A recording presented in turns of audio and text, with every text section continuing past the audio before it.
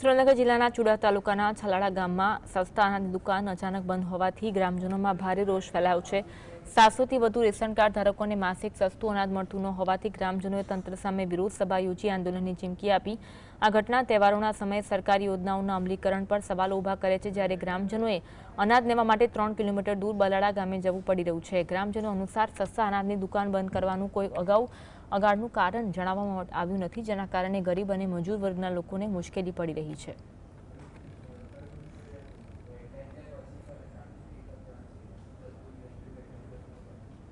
તો બધાને કરી અમે મામલતદારને કરી, ડીઓસોમાં કરી, ટીડીઓને કરી, ટીડીસીને કરી, પણ આનો કોઈ નિર્ણય આવ્યો નથી। તમારો પ્રશ્નનો હલ નથી? અમારો પ્રશ્નનો હલ થયો નથી અને અમારે આમાં સરકાર સામે બાયું ચડાવવાની છે, બરોબર?